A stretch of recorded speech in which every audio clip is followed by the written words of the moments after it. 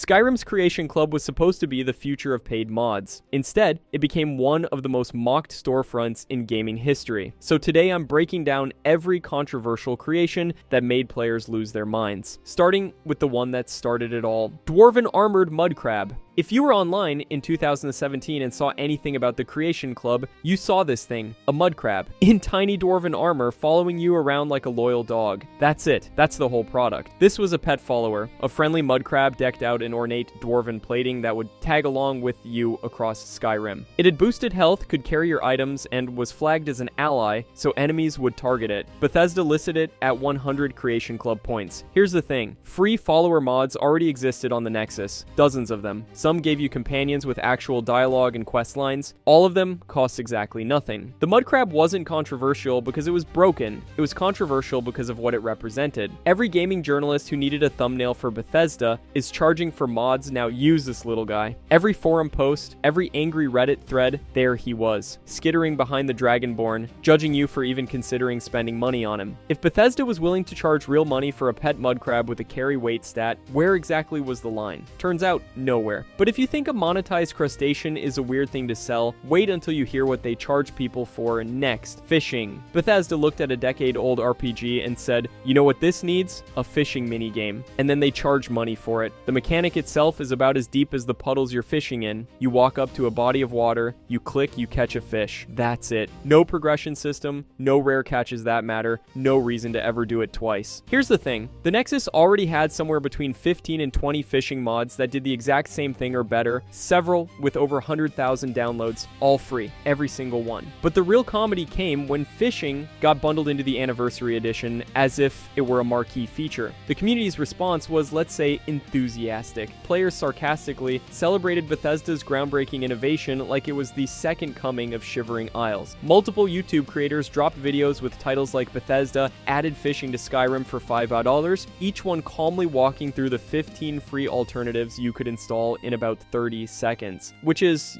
not ideal for Bethesda's marketing pitch. Fishing became the example, the one you point to when a new player asks why everyone's so angry about paid creations. It's the gateway controversy, the entry-level frustration that opens the door to everything else. And speaking of gateway controversies, fishing wasn't even the first time Bethesda monetized something hilariously unnecessary. That honor belongs to a much older, much more infamous tradition: horse armor. If you've been playing games long enough, you already know where this is going. Back in 2006, Bethesda released cosmetic horse armor for Oblivion, and the internet collectively lost its mind. It became the single most referenced example of overpriced cosmetic DLC in gaming history. A punchline that lasted nearly 15 years, and then Bethesda leaned into it. The original horse armor cost $2.50 for two purely cosmetic skins, Elven and Steel. Zero gameplay impact, just a slightly shinier horse. But the reason it became legendary wasn't just the price, it was the principle. This was 2006, nobody was selling individual cosmetic microtransactions for full-price RPGs yet. Bethesda essentially invented the model that the entire industry would later adopt and got roasted for it before anyone else even tried. Here's the thing. The horse armor DLC became so infamous that Bethesda themselves started referencing it as a joke in later marketing and Fallout 76 promotions. The internet had spent over a decade turning horse armor into shorthand for corporate greed, and Bethesda's response was apparently, yeah, we know. Buy our stuff anyway, though. Adjusted for inflation, that $2.50 is roughly $3.80 today, which still feels like a lot for a texture swap on an animal you barely look at. I don't know what to tell you, but if you think recycled cosmetics are bad, wait until you see what they charge for a pack of katanas you could already download for free. Katana Pack. Up until this point, most Creation Club criticism boiled down to one argument: why would I pay for something this silly? The Katana Pack changed the conversation entirely, because now the question wasn't whether cosmetics should cost money. It was whether Bethesda was charging for content the free community had already done better. The Katana Pack introduced several Japanese-inspired melee weapons, including katana variants, wakizashi swords, and associated armor cosmetics, all for approximately 400 Creation Club points. Sounds reasonable enough. Here's the problem. Popular free katana mods had been sitting on Nexus for 5 to 7 years before this thing showed up. Hundreds of thousands of downloads, thousands of glowing reviews, battle-tested, community approved, zero cost. And players didn't just say the free versions were better, they proved it. Detailed side-by-side comparison posts started flooding forums, breaking down animation quality, texture resolution, and system integration between the paid pack and the free alternatives. The overwhelming consensus wasn't even close. The free mods matched or outright beat Bethesda's version in nearly every category. That's the part that stung. These were players loading both versions into the same game, standing in the same lighting, swinging the same weapon types, and watching the free one look better. You can't argue with a screenshot. The Katana pack became the moment Creation Club criticism grew up. It stopped being about memes and started being about a genuinely uncomfortable question. If the modding community is consistently producing superior content for free, what exactly is the Creation Club for? But if you think a quality problem is bad, wait until Bethesda tries charging for a feature that should have been in the base game from the start: survival mode. Up until this point, every Creation Club controversy had one thing in common: you could ignore it. Don't want the mud crab?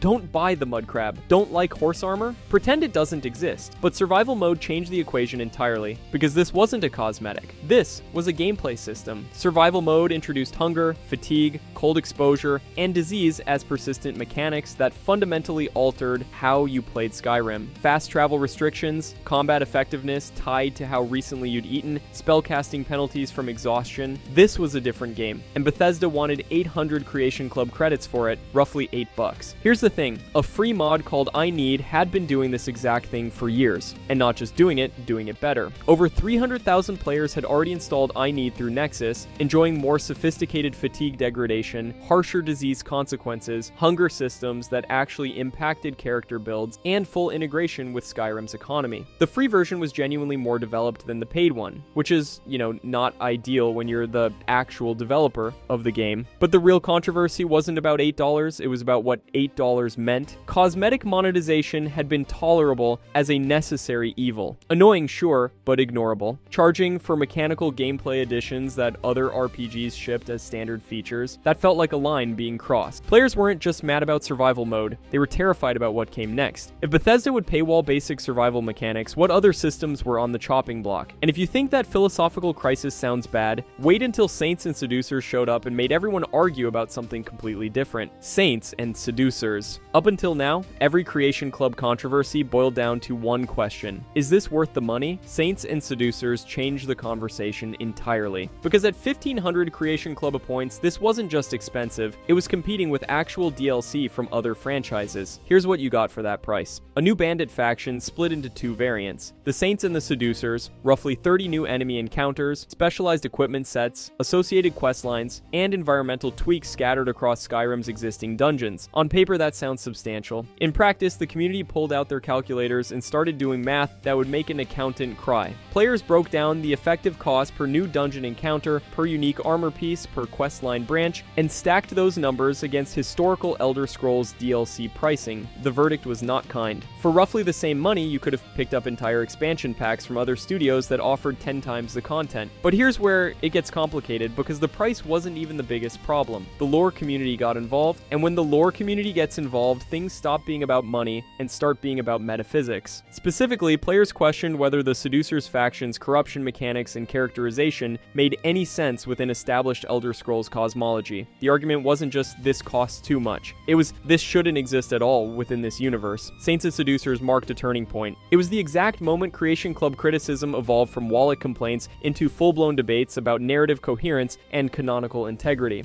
which is, not ideal when you're trying to sell people a product. But if the lore purists were upset about faction consistency, wait until they see what the East Empire Company did to their precious trade routes. East Empire Company. This one's harder to be mad about, and that's exactly why it's so controversial. The East Empire Company expansion added new questlines exploring the faction's mercantile scheming, introduced new locations through invoiced NPCs, and gave players branching quest outcomes that actually changed based on their choices. For roughly 1,000 Creation Club points, you got professional voice acting and multiple quest paths with distinct endings. On paper, that's legitimate content. And here's where the debate gets complicated. With something like a Katana pack, you can hold it up next to a free mod and go, this one's better. Case closed. But with quest content, now you're arguing about narrative structure, dialogue quality, whether a branching path feels meaningful or just cosmetically different. There's no side-by-side screenshot that settles it. The community split right down the middle. One camp accepted that substantial quest content with voice voice acting reasonably warranted a price tag. The other camp saw insubstantial faction padding, the kind of thing free quest mods have been doing for years without charging a single point. Both sides had decent arguments, which is honestly the most annoying type of controversy. But the real tension wasn't about this specific creation. Players started asking whether Bethesda was deliberately fragmenting what could have been proper DLC into smaller monetized chunks. Here's one faction for $10, here's another for 12, here's a questline for 15. That's not DLC.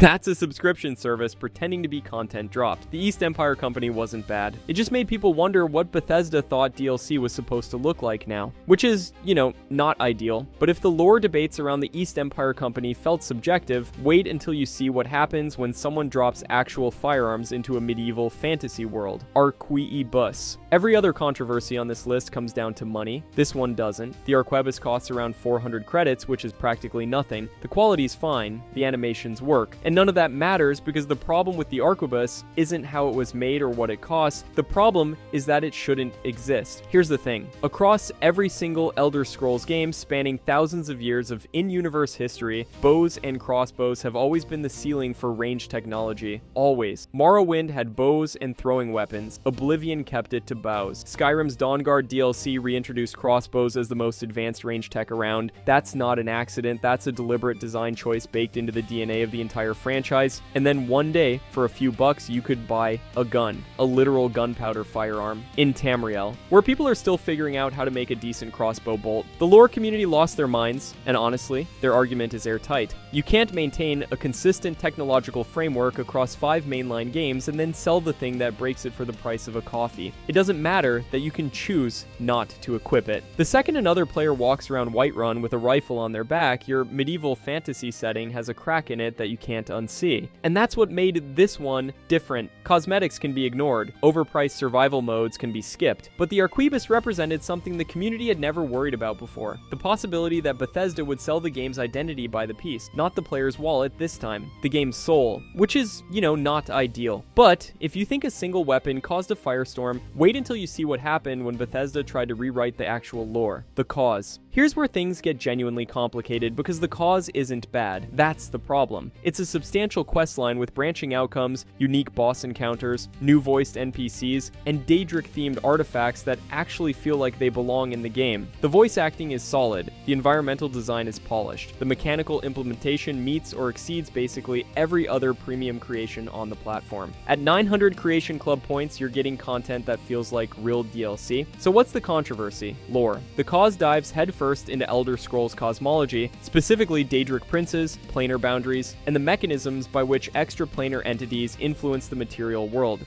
And lore scholars, the people who have spent literal decades cataloging every metaphysical detail across every Elder Scrolls game, started finding problems. Specific dialogue lines that contradicted established canon, item descriptions that created unclear implications about fundamental cosmological principles, environmental details that didn't quite align with how planar boundaries are supposed to function according to everything Bethesda had already documented. Here's the thing, if this were a free mod, nobody would care. Modders take creative liberties with lore all the time. But this is an official Bethesda creation, paid content, which means it exists in this uncomfortable space where it might be canonical. And if it's canonical, then future Elder Scrolls games might need to acknowledge what the cause established, even the parts that contradict decades of existing metaphysical documentation. Think about that for a second. A paid mod could be creating canonical obligations for the Elder Scrolls 6. Players are essentially funding content that might force Bethesda's hand on lore decisions they haven't made yet, which is, not ideal. The cause is arguably the most well-made controversy on this entire list. Professional, engaging, genuinely fun to play. And it might be quietly breaking the Elder Scrolls universe from the inside, but if lore implications keep you up at night, the next entry is going to put you in a coma. Anniversary Edition Upgrade. Every frustration we've talked about in this video, the mud crab, the survival mode, paywall, the lore violations, the katana packs nobody asked for, all of it was building to this. The Anniversary Edition is where it all converges into one neat package that Bethesda slapped a price tag on and handed back to people who already owned it. Here's what happened. In November 2021, Bethesda released the Skyrim Anniversary Edition, bundling over 500 Creation Club items into a single edition. New buyers paid $49.99. Existing owners who'd already purchased the game at full price, some for the second or third time across platforms, were offered an upgrade for $19.99. And if you've been buying individual Creation Club items over the years, years like a good little consumer. Too bad. You were paying again for content you partially already owned, repackaged and sold back to you like it was a favor. That 19.9 instantly became the symbol of everything wrong with Skyrim's monetization. The upgrade cost roughly a third of a brand new game, except instead of getting a new game, you were getting an aggregation of cosmetic content and minor additions that the modding community had been providing for free since 2011. But the price wasn't even the worst part. The upgrade created save file compatibility issues, disrupted the entire mod ecosystem, and tanked gameplay stability for hundreds of players who documented the problems in painful detail. You paid $20 and your game got worse. Cool. Add that to the list. The timing made it feel even more calculated. The Anniversary Edition dropped alongside Elder Scrolls Online expansion announcements and Starfield development hype, reinforcing what everyone already suspected. This wasn't about giving Skyrim players something meaningful. This was about squeezing one last round of revenue out of a 10-year-old game. The Anniversary Edition didn't introduce a single new controversy. It just gathered every accumulated frustration, every cosmetic cash grab, every paywalled mechanic, every lore violation, and rolled them into one purchase that asked players to accept this is what Skyrim had become. Not a game that gets better over time, a game that gets resold over time. And honestly, that might be the most controversial creation of all. Not a mud crab, not a katana, just a receipt. If you enjoyed this video and want to see more, click the video on the screen now.